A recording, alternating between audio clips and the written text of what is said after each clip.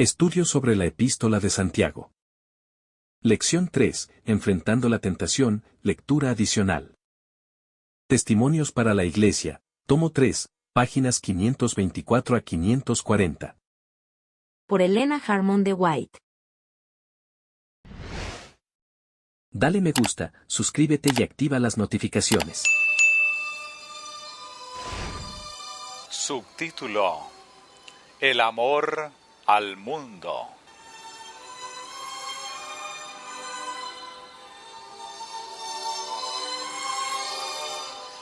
La tentación que le presentó Satanás a nuestro Salvador sobre la altísima montaña es una de las principales atracciones a las cuales la humanidad debe hacer frente.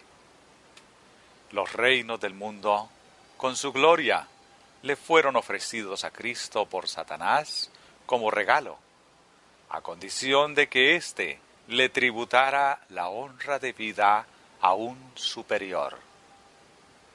Nuestro Salvador sintió la fuerza de esa tentación, pero le hizo frente en nuestro favor y venció.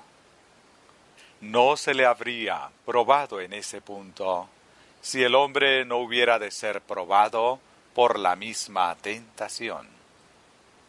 Al resistir, nos dio un ejemplo de la conducta que debemos seguir cuando Satanás se acerca a nosotros individualmente para apartarnos de nuestra integridad.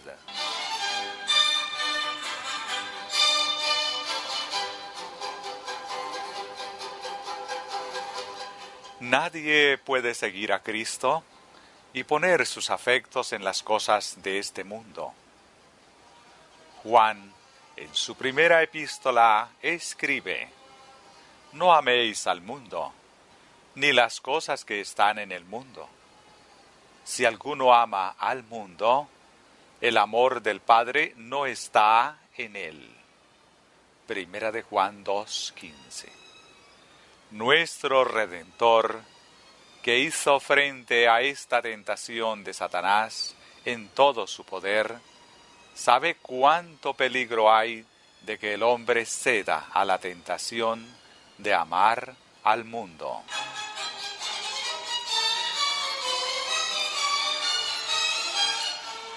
Cristo se identificó con la humanidad, soportó esta prueba y venció en favor del hombre. Resguardó con sus advertencias esos mismos aspectos en los cuales Satanás podía tener más éxito al tentar al hombre. Sabía que Satanás obtendría la victoria sobre el hombre, a menos que éste estuviera especialmente en guardia respecto del apetito y del amor a las riquezas y honores mundanales.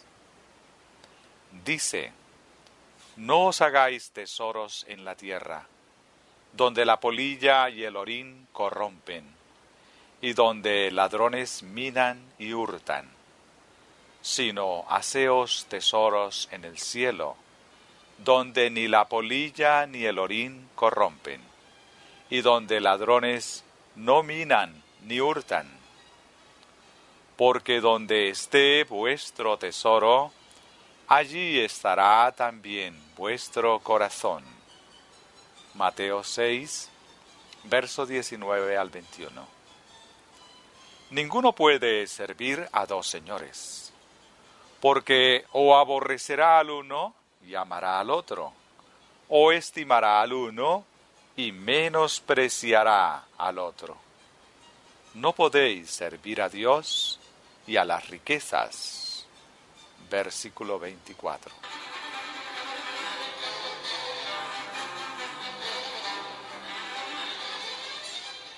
Cristo señala aquí a dos señores, Dios y el mundo, y nos revela claramente que resulta simplemente imposible servir a ambos.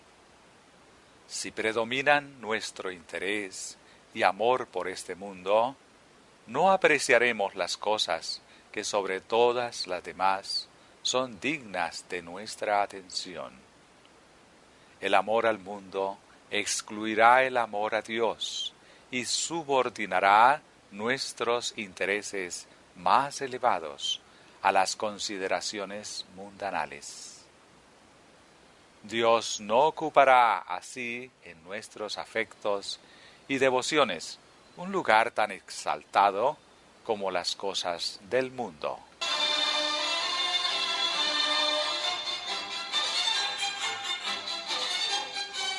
Nuestras obras revelarán la medida exacta en la cual los tesoros terrenales poseen nuestros afectos. El mayor cuidado, ansiedad y trabajo se dedican a los intereses mundanales, mientras que las consideraciones eternas son secundarias. En esto Satanás recibe del hombre el homenaje que exigió de Cristo, pero que no alcanzó a obtener.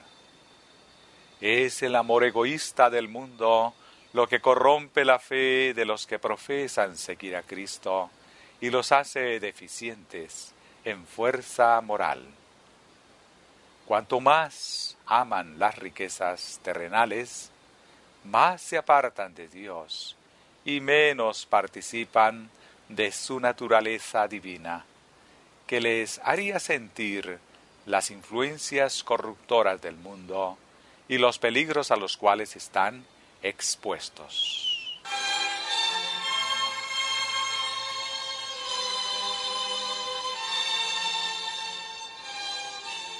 Con sus tentaciones, Satanás se propone hacer muy atractivo el mundo. Por medio del amor a las riquezas y los honores mundanales, ejerce un poder hechizador para conquistar los afectos aun de aquellos que profesan ser cristianos. Muchos hombres que profesan ser cristianos harán cualquier sacrificio para obtener riquezas.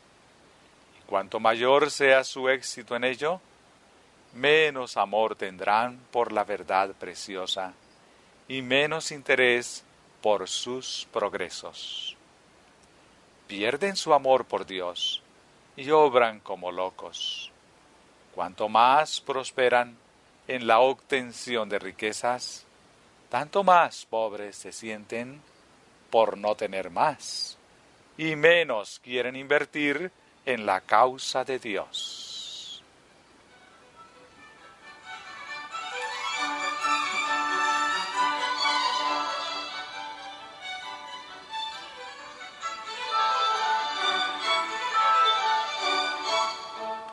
Las obras de aquellos que tienen un insano amor por las riquezas demuestran que no les es posible servir a dos señores, a Dios y a Mamón. El dinero es su Dios. Tributan homenaje a su poder. En todos sus intentos y propósitos sirven al mundo. Sacrifican su patrimonio de honor por las ganancias mundanales. Este poder dominante rige su mente y ellos violarán la ley de Dios para servir a sus intereses personales, para aumentar su tesoro terrenal.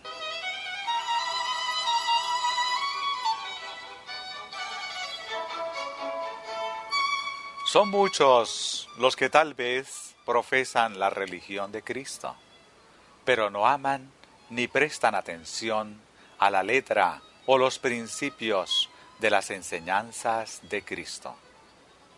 Dedican lo mejor de su fuerza a empresas mundanales y se inclinan ante Mamón. Es alarmante que sean tantos los engañados por Satanás, los que se entusiasman en su imaginación ante las brillantes perspectivas de ganancias mundanales. Los domina la ilusión de alcanzar felicidad perfecta si pueden adquirir honores y riquezas en este mundo. Satanás los tienta con su cohecho seductor. Todo esto te daré, Mateo 4:9. Todo este poder, toda esta riqueza, con lo cual puedes hacer mucho bien, pero cuando obtienen el objeto por el cual trabajaron, no están ya relacionados con el abnegado Redentor que los haría participantes de la naturaleza divina. Retienen sus tesoros terrenales y desprecian la abnegación y los sacrificios requeridos por Cristo. No desean separarse de los caros tesoros terrenales a los cuales sus corazones se han aficionado. Han cambiado de Señor. Han aceptado a Mamón en lugar de Cristo.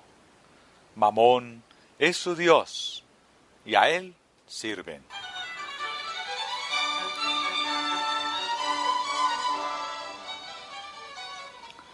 Por el amor a las riquezas, Satanás conquistó la adoración de estas almas engañadas. El cambio se ha hecho tan imperceptiblemente y el poder de Satanás ha sido tan seductor y astuto que se han conformado al mundo y no notan que se han separado de Cristo y que no son ya sus siervos, sino de nombre.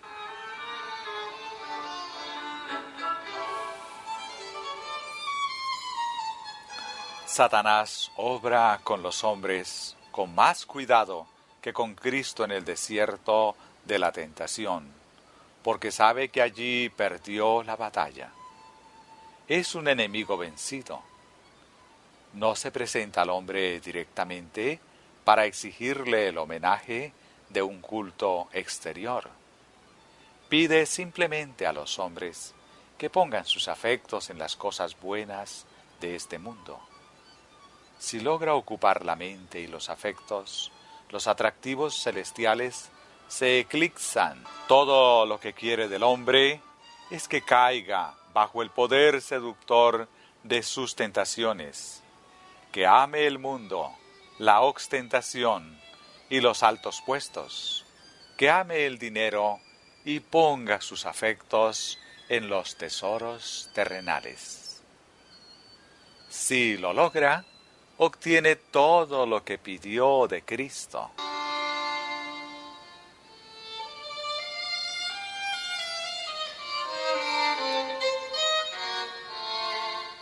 El ejemplo de Cristo nos muestra que nuestra única esperanza de victoria reside en resistir continuamente a los ataques de Satanás. El que triunfó sobre el adversario de las almas en el conflicto de la tentación, comprende el poder de Satanás sobre la especie humana, pues lo venció en nuestro favor. Como vencedor, nos ha dado la ventaja de su victoria, para que en nuestros esfuerzos por resistir las tentaciones de Satanás podamos unir nuestra debilidad a su fuerza, nuestra indignidad a sus méritos. Y si en las fuertes tentaciones somos sostenidos por su poder prevaleciente, logramos resistir en su nombre todopoderoso y vencer como Él venció.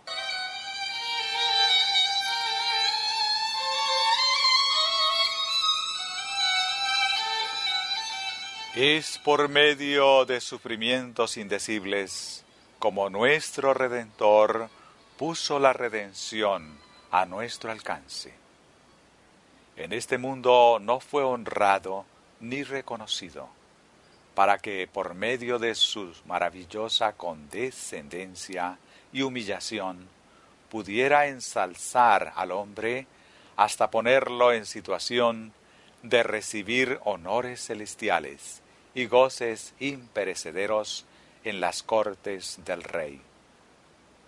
Murmurará el hombre caído, porque el cielo puede obtenerse únicamente mediante lucha, humillación, trabajo y esfuerzo.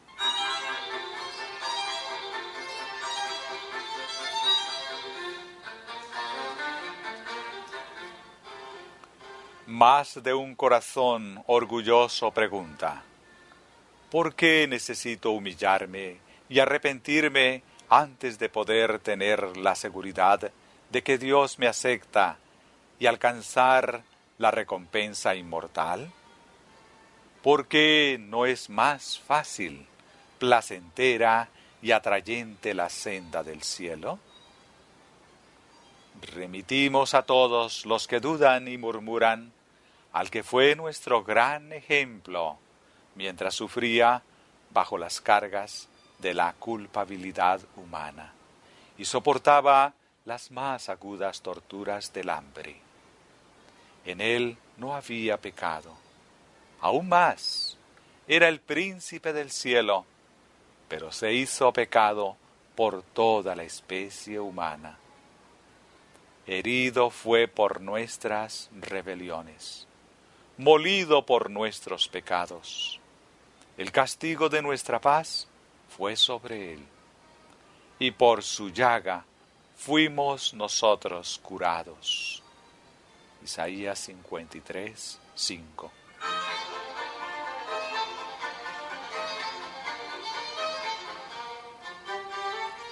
Cristo lo sacrificó todo por el hombre, a fin de permitirle ganar el cielo. Ahora le incumbe al hombre caído demostrar que a su vez está dispuesto a sacrificarse por amor de Cristo, a fin de obtener la gloria inmortal. Los que tienen un sentido justo de la magnitud de la salvación y de su costo, no murmurarán nunca, porque deben sembrar con lágrimas, y porque los conflictos y la abnegación sean la suerte del cristiano en esta vida. Las condiciones de la salvación del hombre han sido ordenadas por Dios. La humillación y el llevar la cruz son provistos para que el pecador arrepentido halle consuelo y paz. El pensamiento de que Cristo se sometió a una humillación y a un sacrificio que el hombre nunca será llamado a soportar, debiera acallar toda voz murmuradora. El hombre obtiene el gozo más dulce por su sincero arrepentimiento ante Dios, por la transgresión de su ley y por la fe en Cristo como Redentor y abogado del pecador.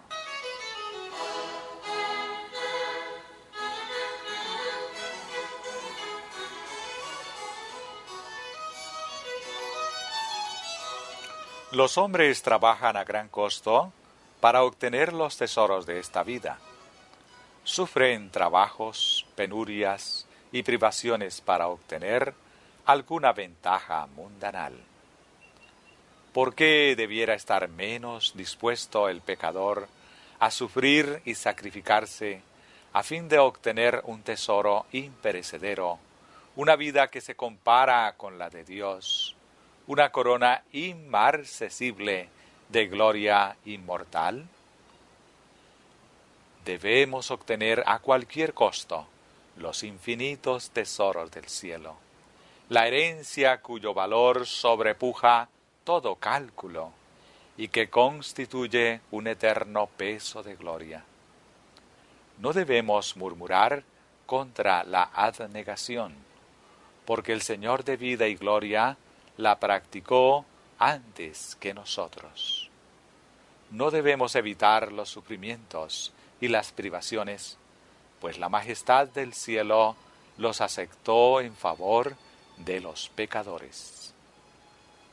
El sacrificio de las comodidades y conveniencias no debe provocar en nosotros un pensamiento de protesta, porque el Redentor del cielo aceptó todo aquello en nuestro favor. Aun sumando en su mayor valor todas nuestras abnegaciones, privaciones y sacrificios, nos cuesta mucho menos en todo respecto de lo que le costó al príncipe de la vida. Cualquier sacrificio que hagamos parecerá insignificante cuando lo comparemos con el que hizo Cristo en favor nuestro.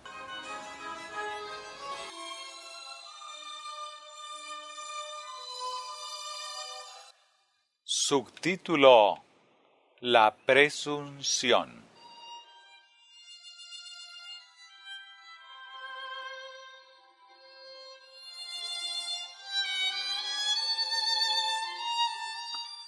Hay quienes tienen un espíritu temerario, que ellos llaman valor y bravura.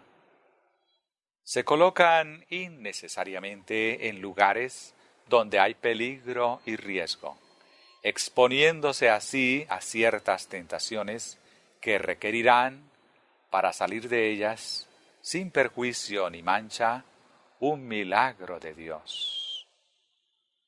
La tentación que Satanás sugirió al Salvador del mundo, de que se arrojara de las almenas del templo, fue resistida firmemente.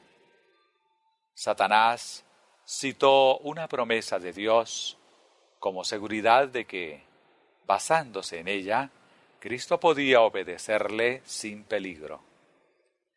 Cristo hizo frente a esa tentación con el texto que dice: escrito está también, no tentarás al Señor tu Dios. Mateo 4:7.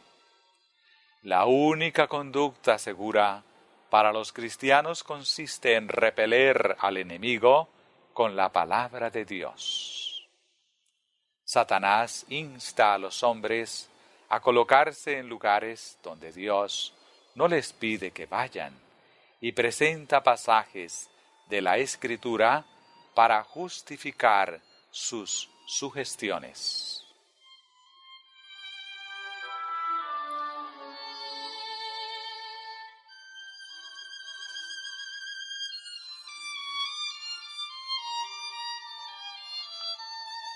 Las preciosas promesas de Dios no son dadas para fortalecer al hombre en su conducta presuntuosa, ni para que confíe en ellas cuando se precipita innecesariamente al peligro. El Señor nos pide que obremos dependiendo humildemente de su providencia. Ni del hombre que camina es el ordenar sus pasos. Jeremías 10:23. Nuestra prosperidad y nuestra vida están en Dios. Nada podemos hacer prósperamente sin el permiso y la bendición de Dios. Él puede poner su mano para dar prosperidad y bendecir, o puede volverla contra nosotros. Encomienda a Jehová tu camino y confía en Él, y Él hará. Salmos 37:5.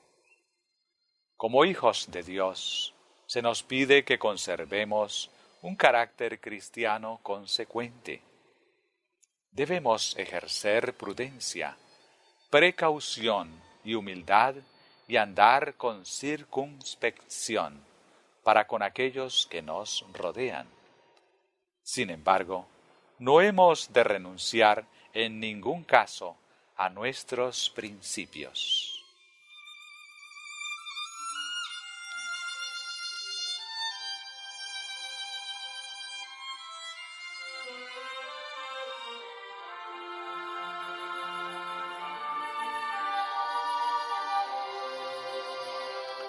Nuestra única seguridad consiste en no dar cabida al diablo, porque sus sugestiones y propósitos tienden siempre a perjudicarnos e impedir que confiemos en Dios. Él se transforma en ángel de pureza para poder introducir sus planes mediante sus especiosas tentaciones, de manera que no discernamos sus astucias. Cuanto más cedamos, más poder ejercerán sus engaños sobre nosotros. No hay seguridad al entrar en controversia o deliberaciones con él. Por cada ventaja que concedamos al enemigo, pedirá más. Nuestra única seguridad consiste en rechazar firmemente el primer paso hacia la presunción. Dios nos ha dado, por los méritos de Cristo, suficiente gracia para resistir a Satanás y ser más que vencedores. La resistencia es éxito. Resistid al diablo, y huirá de vosotros. Santiago 4:7. La resistencia debe ser firme y constante. Perderemos todo lo ganado si resistimos hoy para ceder mañana.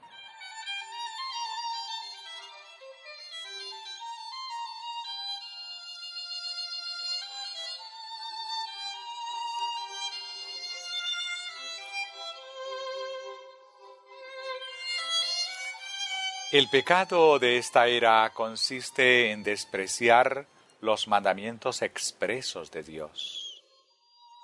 El poder de la mala influencia es muy grande. Eva tenía todo lo que necesitaba. No le faltaba nada para ser feliz. Pero su apetito intemperante deseó el fruto del único árbol que Dios le había prohibido. No necesitaba del fruto del árbol del conocimiento, pero permitió que su apetito y curiosidad dominaran su razón. Estaba perfectamente feliz en su hogar en el Edén, al lado de su esposo. Mas, como las inquietas Evas modernas, se hizo la ilusión de que había una esfera superior a la que Dios le había asignado. Pero cuando quiso alcanzar una posición más elevada que la original, cayó mucho más abajo. Este será, por cierto, el resultado que las Evas de la generación presente obtendrán si descuidan la alegre atención de sus deberes diarios de acuerdo con el plan de Dios.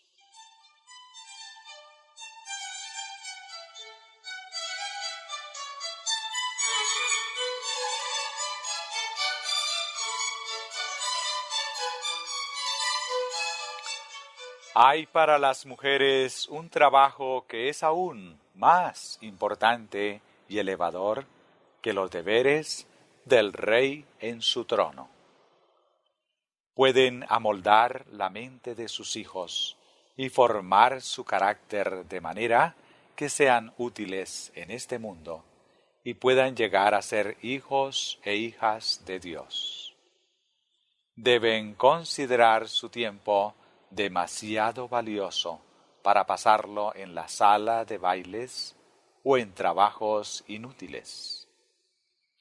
Hay bastante trabajo necesario e importante que hacer en este mundo necesitado y doliente, sin malgastar momentos preciosos en los adornos o la ostentación.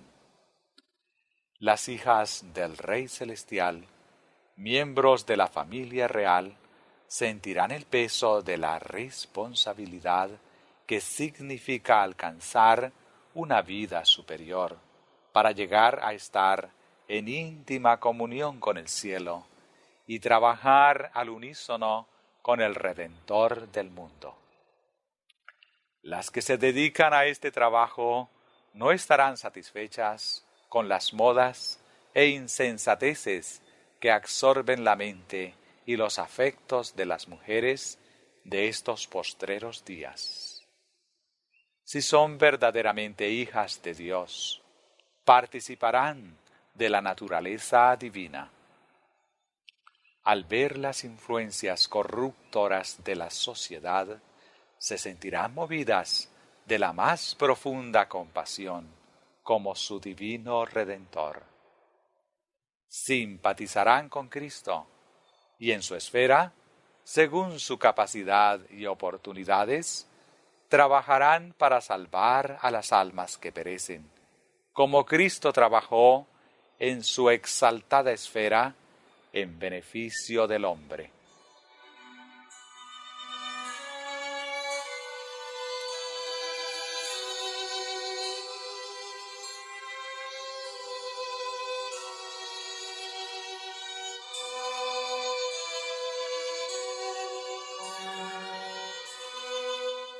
Si la mujer es negligente en seguir el plan que Dios tenía al crearla y se esfuerza por alcanzar puestos importantes para los cuales Él no la capacitó, dejará vacante el lugar que podría ocupar aceptablemente.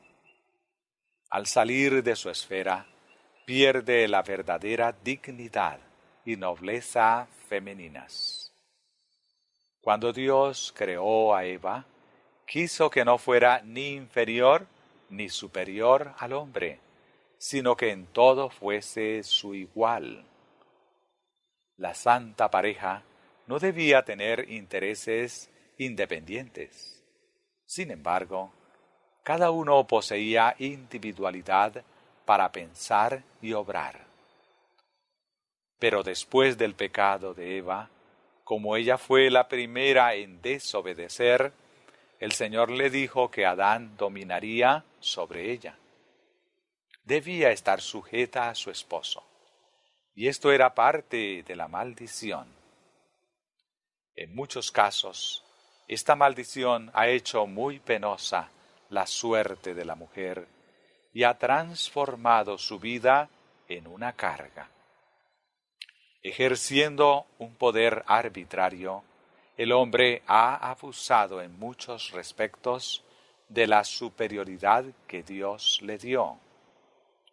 La sabiduría infinita ideó el plan de la redención que sometió a la especie humana a una segunda prueba, dándole una nueva oportunidad.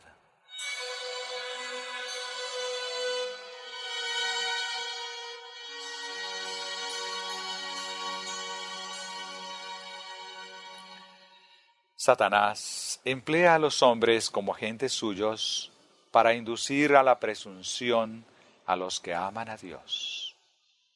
Ello es especialmente cierto en el caso de los que son seducidos por el espiritismo. Los espiritistas en general no aceptan a Cristo como Hijo de Dios y por su incredulidad conducen a muchas almas a pecados de presunción. Hasta aseveran ser superiores a Cristo, como lo aseveró Satanás al contender con el príncipe de la vida. Hay espiritistas de conciencia cauterizada, cuyas almas están impregnadas de pecados repugnantes, que se atreven a tomar el nombre del Inmaculado Hijo de Dios en sus labios contaminados, y con blasfemia unen su nombre excelso con la vileza que señala su propia naturaleza mancillada.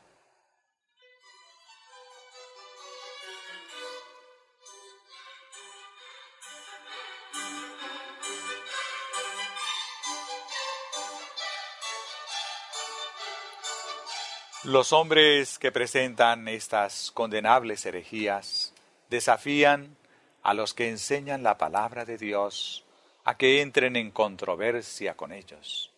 Y algunos de los que enseñan la verdad no han tenido el valor de rechazar un desafío de esta clase por parte de personas cuyo carácter está señalado en la palabra de Dios.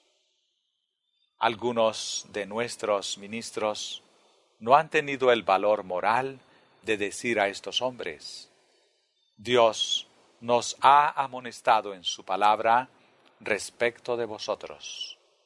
Nos ha dado una fiel descripción de vuestro carácter y de las herejías que sostenéis. Algunos de nuestros ministros, antes que dar a esta clase de hombres ocasión de triunfar o de acusarlo de cobardía, les han hecho frente en discusión abierta. Pero al discutir con los espiritistas, no hacen frente al hombre solamente, sino a Satanás y sus ángeles. Se ponen en comunicación con las potestades de las tinieblas y alientan a los malos ángeles que están en su derredor.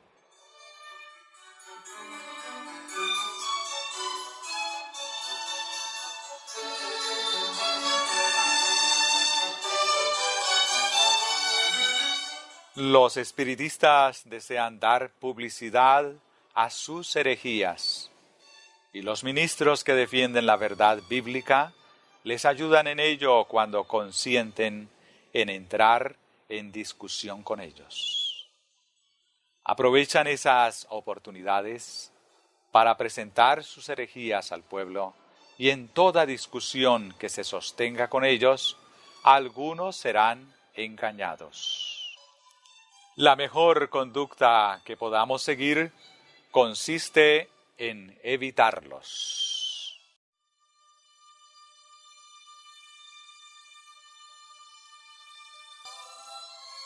Subtítulo: El poder del apetito.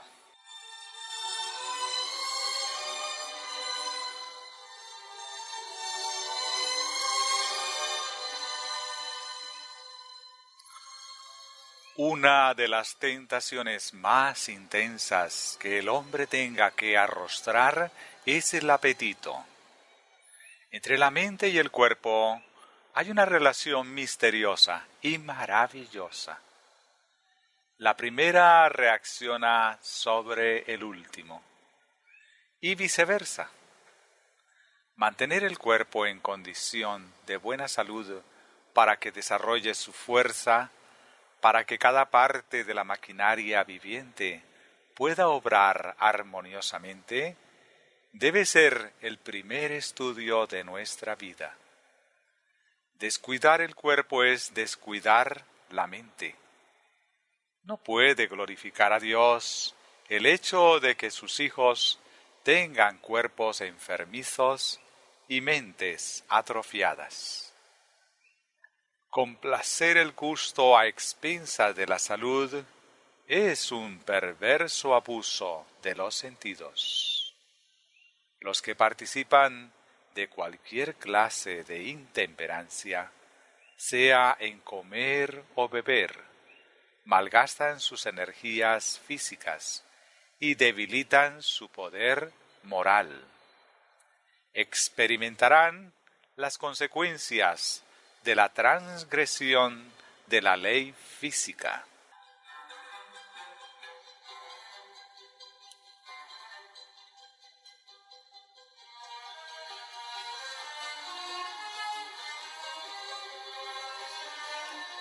El Redentor del mundo sabía que la complacencia del apetito produciría debilidad física y embotaría de tal manera los órganos de la percepción que no discernirían las cosas sagradas y eternas. Cristo sabía que el mundo estaba entregado a la glotonería y que esta sensualidad pervertiría las facultades morales. Si la costumbre de complacer el apetito dominaba de tal manera a la especie que, a fin de romper su poder, el divino Hijo de Dios tuvo que ayunar casi 6 semanas en favor del hombre.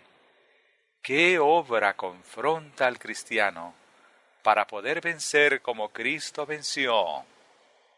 El poder de la tentación a complacer el apetito pervertido puede medirse únicamente por la angustia indecible de Cristo en aquel largo ayuno en el desierto.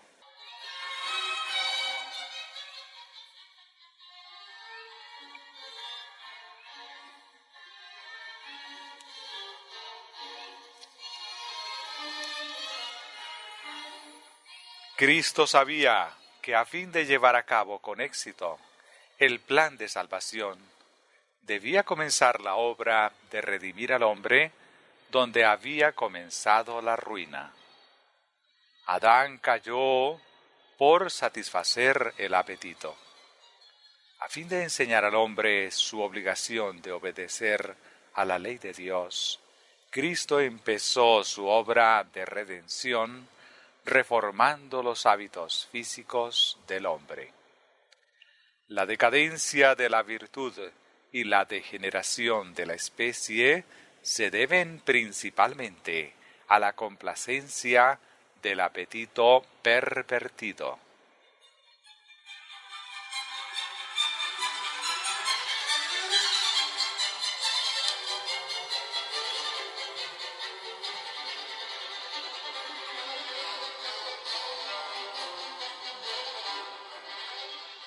A todos, especialmente a los predicadores que enseñan la verdad, incumbe la solemne responsabilidad de vencer en lo tocante al apetito. Su utilidad sería mucho mayor si dominaran sus apetitos y pasiones, y sus facultades mentales y morales serían más vigorosas si ellos combinaran el trabajo físico con las actividades mentales. Combinando los hábitos de estricta temperancia con el trabajo mental y físico, lograrían hacer mucho más trabajo y conservarían la claridad de la mente. Si siguieran esta conducta, sus pensamientos y palabras fluirían más libremente. Sus ejercicios religiosos serían más enérgicos y las impresiones hechas en sus oyentes serían más notables.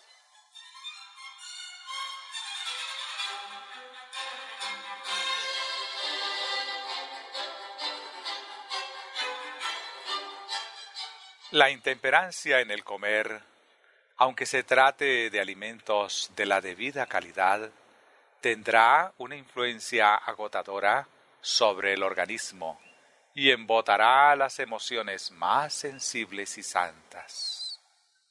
La temperancia estricta en el comer y beber es altamente esencial para la sana conservación y el ejercicio vigoroso de todas las funciones del cuerpo.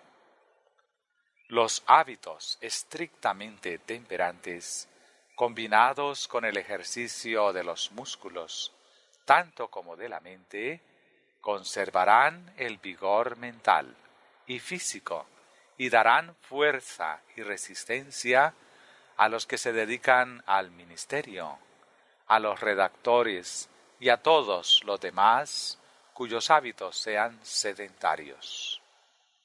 Como pueblo, a pesar de que profesamos practicar la reforma pro salud, comemos demasiado. La complacencia del apetito es la causa más importante de la debilidad física y mental y es el cimiento de la flaqueza que se nota por doquiera.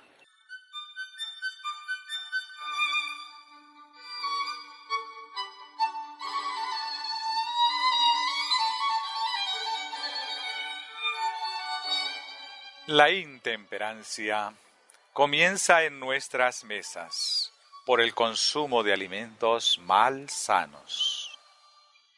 Después de un tiempo, por la complacencia continua del apetito, los órganos digestivos se debilitan y el alimento ingerido no satisface. Se establecen condiciones malsanas y se anhela ingerir alimentos más estimulantes.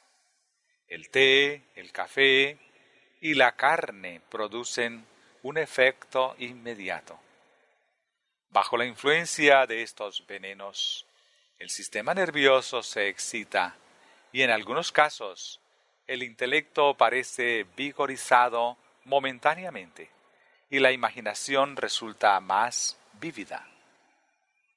Por el hecho de que estos estimulantes producen resultados pasajeros tan agradables, muchos piensan que los necesitan realmente y continúan consumiéndolos. Pero siempre hay una reacción. El sistema nervioso, habiendo sido estimulado indebidamente, obtuvo fuerzas de las reservas para su empleo inmediato. Todo este fortalecimiento pasajero del organismo va seguido de una depresión.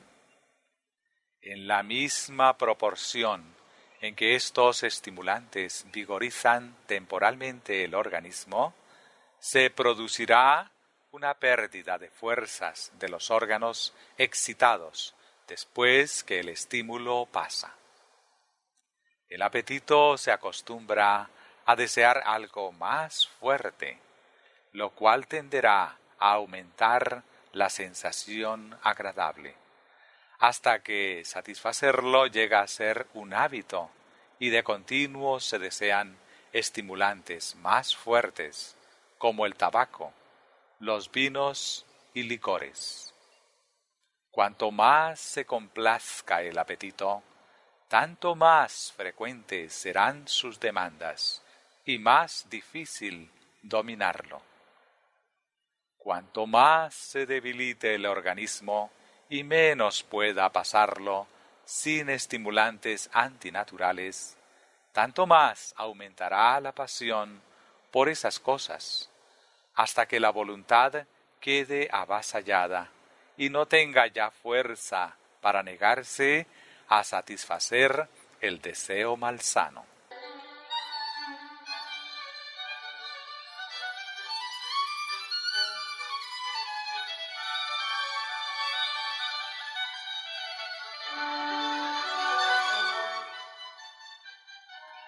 La única conducta segura consiste en no tocar ni probar té, café, vino, tabaco, opio ni bebidas alcohólicas.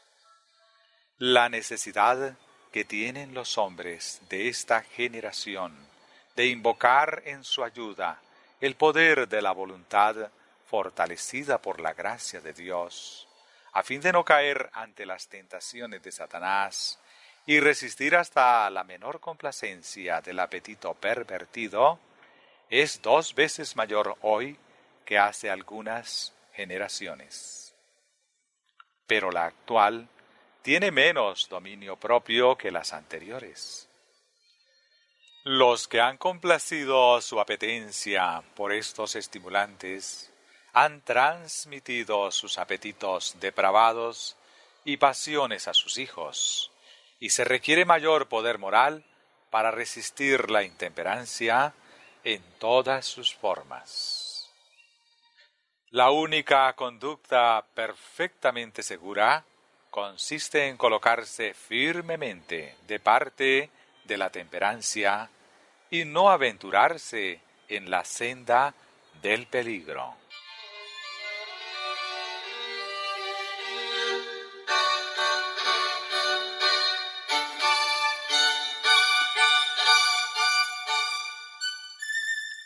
El principal motivo que tuvo Cristo para soportar aquel largo ayuno en el desierto fue enseñarnos la necesidad de la abnegación y la temperancia.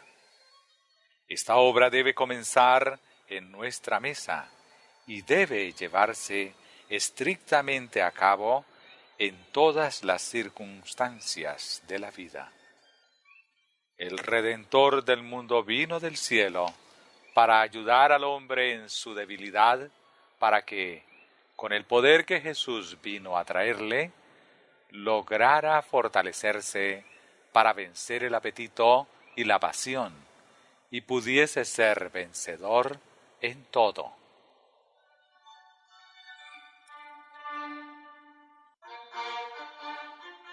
Muchos padres educan los gustos de sus hijos y forman su apetito.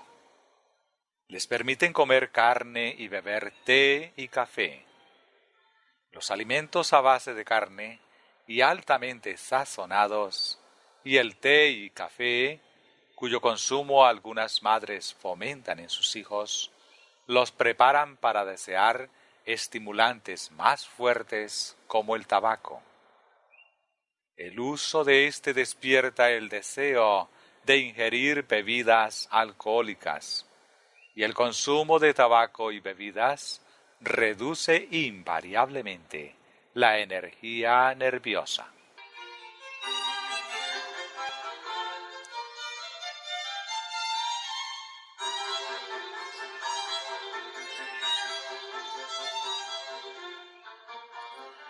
Si las sensibilidades morales de los cristianos se aguzaran en el tema de la temperancia en todas las cosas, podrían, por su ejemplo, y principiando en sus mesas, ayudar a los que tienen poco dominio propio, a los que son casi incapaces de resistir a las instancias de su apetito. Si pudiéramos comprender que los hábitos que adquirimos en esta vida afectarán nuestros intereses eternos y que nuestro destino eterno depende de que nos habituemos a ser temperantes, lucharíamos para ser estrictamente temperantes en el comer y beber. Por nuestro ejemplo y esfuerzo personales, podemos ser instrumentos para salvar a muchas almas de la degradación, de la intemperancia, el crimen y la muerte. Nuestras hermanas pueden hacer mucho en la obra de la salvación de los demás, al poner sobre sus mesas únicamente alimentos sanos y nutritivos. Pueden dedicar su precioso tiempo a educar los gustos y apetitos de sus hijos, a hacerles adquirir hábitos de temperancia en todas las cosas, y a estimular la abnegación y la benevolencia para beneficio de los demás.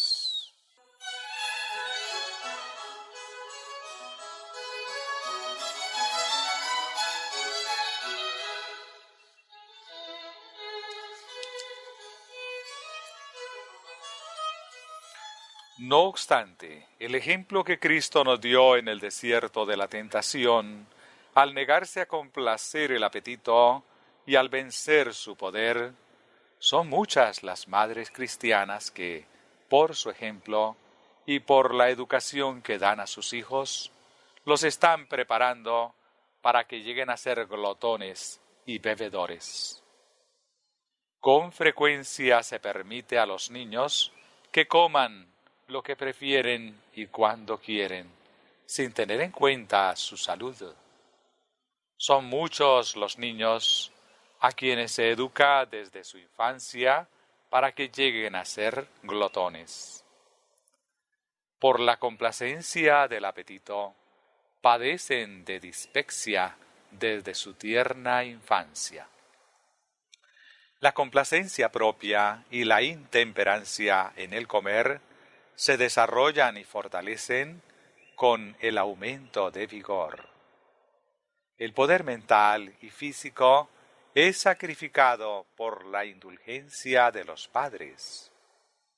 Adquieren gusto por ciertos manjares de los cuales no reciben beneficio, sino perjuicio, y como el organismo se recarga, la constitución se debilita.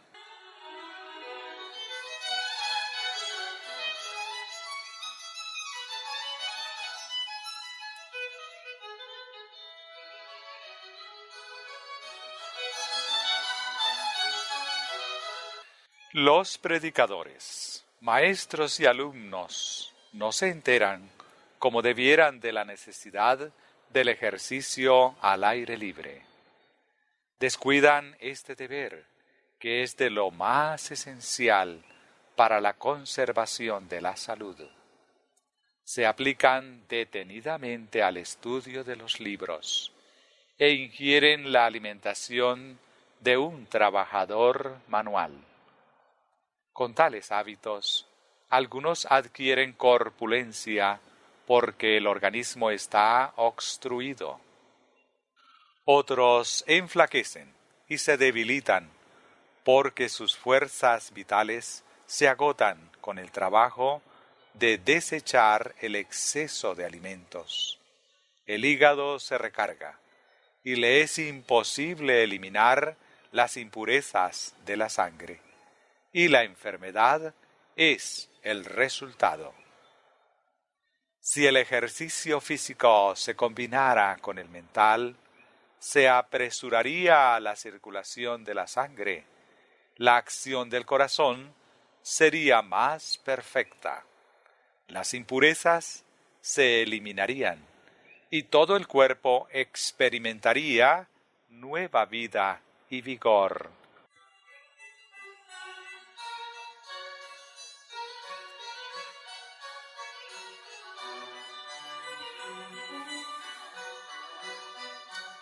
Cuando los ministros, los maestros y los estudiantes excitan continuamente su cerebro por el estudio y dejan al cuerpo inactivo, los nervios de la emoción se recargan, mientras que los del movimiento permanecen inactivos. Al usarse solamente los órganos mentales, estos se desgastan y debilitan, mientras que los músculos pierden su vigor por falta de actividad. No hay inclinación a ejercitar los músculos mediante el trabajo físico, porque el ejercicio parece penoso.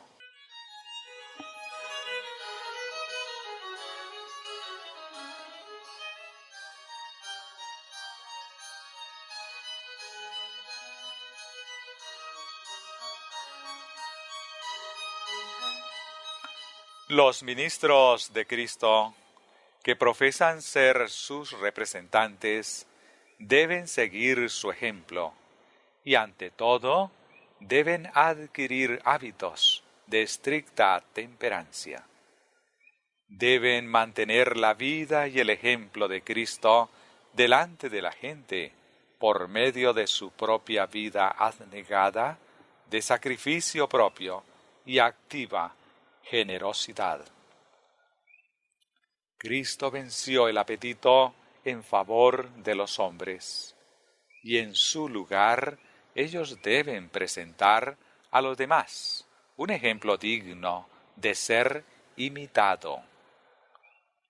Los que no sienten la necesidad de dedicarse a la obra de vencer al apetito, dejarán de obtener preciosas victorias y llegarán a ser esclavos del apetito y la concupiscencia, que están llenando la copa de iniquidad de los que moran en la tierra.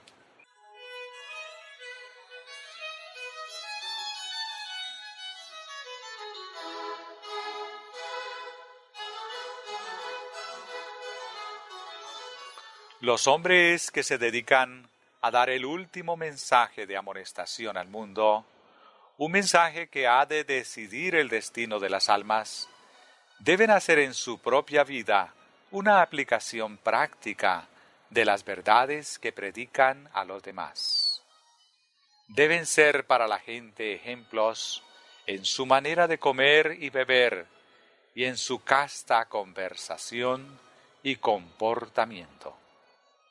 En todas partes del mundo, la glotonería, la complacencia de las pasiones viles y los pecados graves son ocultados bajo el manto de la santidad por muchos que profesan representar a Cristo. Hay hombres de excelente capacidad natural, cuya labor no alcanza a la mitad de lo que podría ser si ellos fuesen temperantes en todas las cosas. La satisfacción del apetito y la pasión embota la mente, disminuye la fuerza física y debilita el poder moral. Sus pensamientos no son claros, no pronuncian sus palabras con poder. Estas no son vivificadas por el Espíritu de Dios para alcanzar los corazones de los oyentes.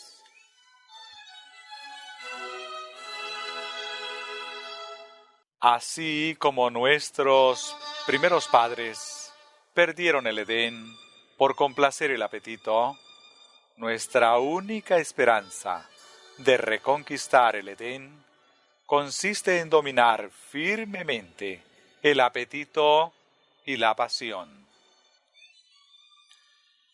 La abstinencia en el régimen alimentario y el dominio de todas las pasiones conservarán el intelecto y darán un vigor mental y moral que capacitará a los hombres para poner todas sus propensiones bajo el dominio de las facultades superiores, para discernir entre lo bueno y lo malo, lo sagrado y lo profano. Todos los que tienen un verdadero sentido del sacrificio hecho por Cristo al abandonar su hogar del cielo para venir a este mundo, a fin de mostrar al hombre por su propia vida cómo resistir la tentación, se negarán alegremente ellos mismos y resolverán participar de los sufrimientos de Cristo.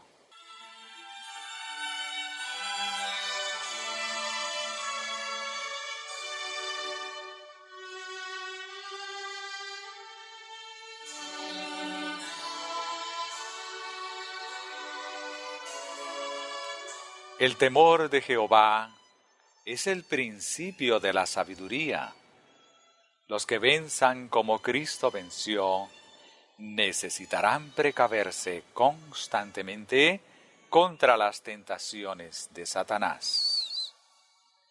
El apetito y las pasiones deben ser sometidos al dominio de la conciencia iluminada para que el intelecto no sufra perjuicio y las facultades de percepción se mantengan claras, a fin de que las obras y trampas de Satanás no sean interpretadas como providencias de Dios. Muchos desean la recompensa y la victoria finales que han de ser concedidas a los vencedores, pero no están dispuestos a soportar los trabajos, las privaciones y la abnegación, como lo hizo su Redentor. Únicamente por la obediencia y el esfuerzo continuo seremos vencedores como Cristo lo fue.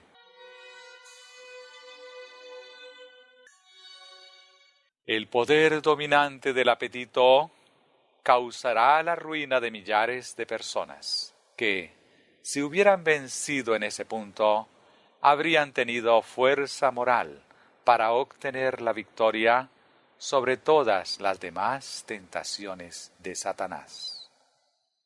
Pero los que son esclavos del apetito no alcanzarán a perfeccionar el carácter cristiano.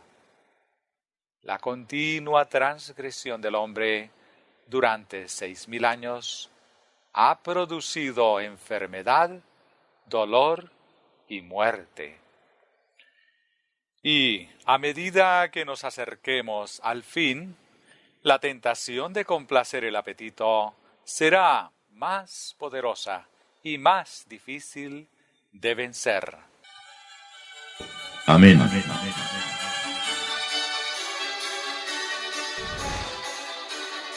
Dale me gusta, suscríbete y activa las notificaciones. Dios derrame múltiples bendiciones en tu vida y en la de tu familia.